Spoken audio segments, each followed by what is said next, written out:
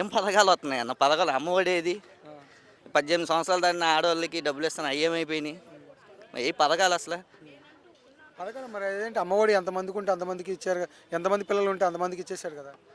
అంటున్నాడు ఒక ఇంట్లో 12 మందికి అలా ఇచ్చామంటున్నారు, కానీ అట్లా చాలా మంది తీశారు. అలాగే పింఛన్లు కూడా ఎలా తీశారు చూసుకో. జగన్మోహన్ రెడ్డి ఉన్నప్పుడు పింఛన్లు ఎలా వచ్చినాయి? ఈ పాటికి తల్లికి వందనాలు ఈ పడేవి, ఇప్పుడు దా పర్లేదు. అది అయ్యే పథకాలు ఇవ్వకుండానే ఇచ్చాం పథకాలు. వాళ్ళు చెప్పే పథకాల పరిస్థితి అలా ఉంటుంది. ఫ్రీ బస్సు వల్ల మహిళలకు ఉపయోగం లేదా వేస్ట్ అంటారా? ఈ మహిళలకు ఉపయోగం ఉందో లేదా కానీ ఆటో డ్రైవర్లు మాత్రం కష్టపడుతున్నారు.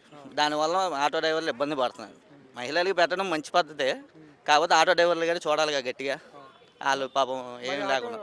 మరి ఆటో డ్రైవర్లకి 15,000 ఇచ్చారు కదా ఆటో డ్రైవర్లకి.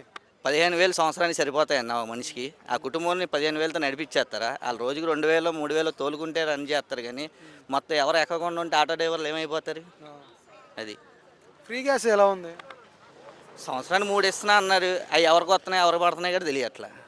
అది గతంలో ఎట్లా ఉండింది? అన్ని పథకాలు ట్రాన్స్పరెంట్గా జరిగిందంటారా? అప్పుడు వాలంటీర్లు ఉండేవారు. ఈ పథకం ఎప్పుడు వస్తుంది ఏంటి అని తెలుసుకునే వాళ్ళం.